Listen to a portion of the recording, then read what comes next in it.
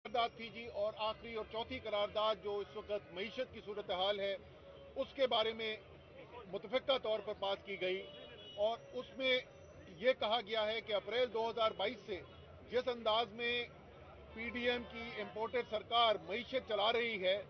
इस पर पाकिस्तान तहरीक-ए-इंसाफ की क़यादत शदीद तशवीश का इजहार करती है।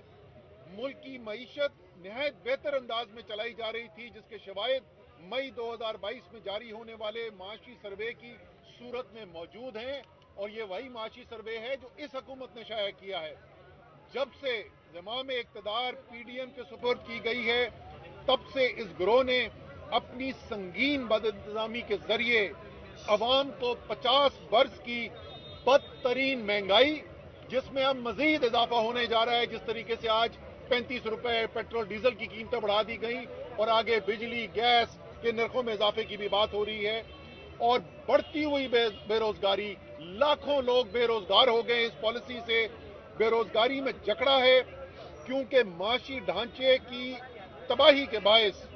मुल्क दिवालियापन की दहलीज पर आ खड़ा हुआ है, और यूं न सिर्फ मईशत बल्कि हमारी कौमी सलामती पर खतरात के साए गहरे हो रहे हैं।